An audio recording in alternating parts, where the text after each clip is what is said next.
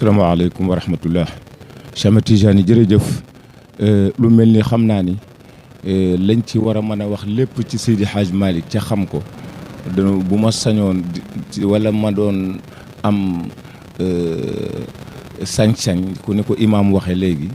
kon dañ koy commencé 2 heures ndax ni nga ko xamee ci man ak li nga ci xam mutul xaj ci 5 minutes waaye quand même kooku di Seydi Hadj Malick ca jamonoy administration coloniale bi réew mi yëngoo sëriñ bu ci nekk fii ci réew mi di mappandoo di nawle Seydi Hadj Malick tubaab bi yabal ndaw gouverneur général ni ko vérifier ma sëriñ si ci réew mi parce que géew yi ñuy def muy géew yooyu te mooy wasifa ak xadara ak gàmm yi mbooloo mi bari te tubaab ñemewul mbooloo ñu yaakaar ni dañuy def ay plan de guerre pour dal ci kaw tubaab yi ñoom moo tax gouverneur général yónnee ci sëriñ si ci réew mi yëpp en 1895 Paul Marty bi mu wëree sëriñ si ba jeexal ñëw ci Seydi Hadj Malick ci waawoon 5 heures fekk taalibe yi wër ko ñoom sëriñ Alioune Guèye ñoom sëriñ Maguèye Ndiare ñoom góor gi Makhtar Sall ñoom Alaaji Rawaan Ngom ñoom góor gi sëriñ Alioune Guèye ñoom ñëpp mu ñëw tubaab bi ni ko nag vérifier boo demee na la wóor ni lu mu mel rek nag ma ko wax mu ñëw fekk Seydi Hadj Malick mu xool ko ca taay ba xool ko ca kanam nga xool ko ca yére ya xool ko ca civilisation ba bind dem na gouverneur général voilà le portrait de ce marabout ñëpp vérifié naa leen gis naa it cër ca ñoom bu ñu am ca yàlla mais le maître de la zawiya de Tivaouane exceptionnel mun ko quel est le portrait de ce marabout mu ne ko ni ñu wax ne noonu la yonent bi bindoo ci melokaan te kenn du Seyduna Muhammad Maodo roy na yonent bi ba am jikko yu mu jël ci moom ak melokaan yu mu jël ci moom mu ne ko quel est le portrait de ce marabout mu ne ko le maître de la zawiya de Tivaouane était un homme de grande taille au teint clair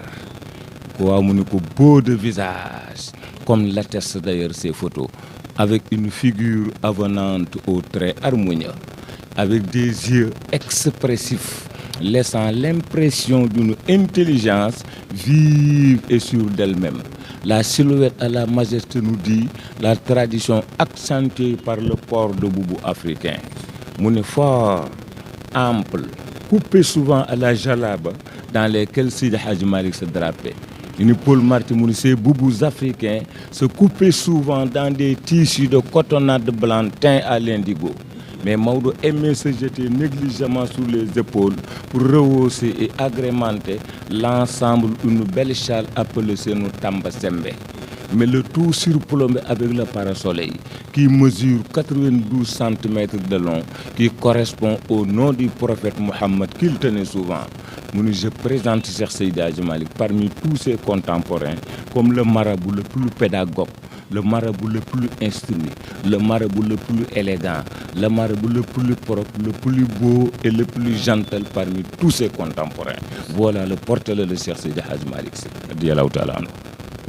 may yaakaar naa ni nag ñi lay seetaan ci àdduna bi yëpp kontaan nañ léegi daal li ñu bëggoon rek nga laala nu tuuti Serigne Babacar Sy mi nga xam ne bis bi tey dafa tombeek àjjuma muy sànni benn xeer jam ñaari picc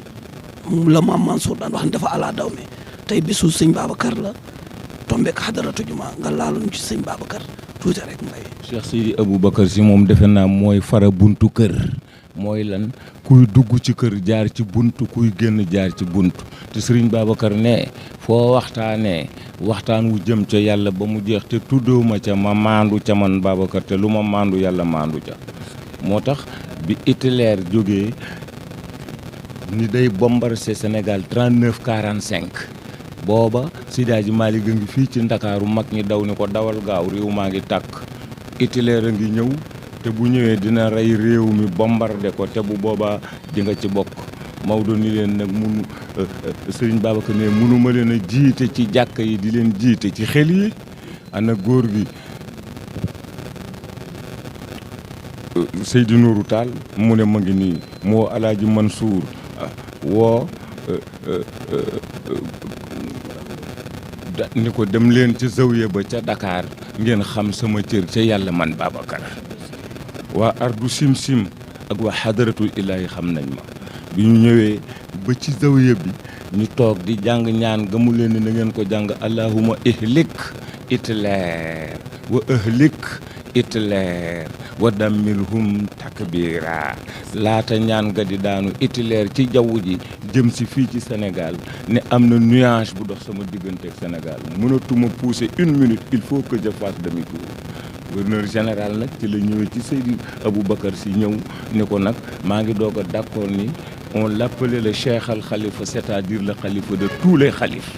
mais l'homme au bonnet carré, au manteau vert et au sourire légendaire, lui c'est Serigne Babacar Sy. Mais pour l'anecdote, c'est le Mbaye des apprentis de car rapide, ce bout de fer approché au toit auquel on s'agrippe pour ne pas tomber, lui Cheikh Seydi Aboubacar Sy. Kon Serigne Babacar Sy bu ñu doon wax li nu xamaan ni ca moom lu mu néew néew kon yow da nga waroon a jël journée entière def ko lépp mu di consacré ko ci Cheikh Seydi Aboubacar Sy. Mais minutes yi gàtt na ci nun waaye rëy na fa yàlla nañ yàlla taas ci barkeem. Di nuyu nag suñu benn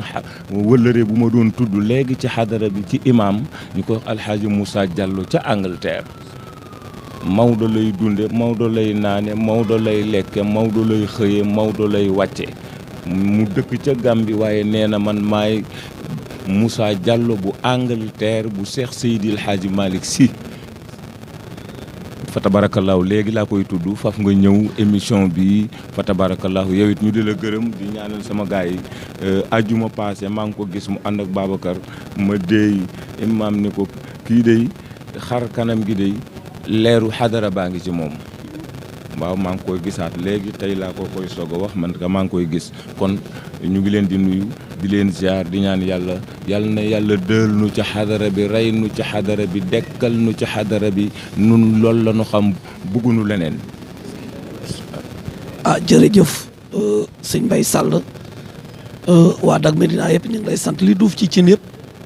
li duuf ci nag bi yëpp xajul ci cin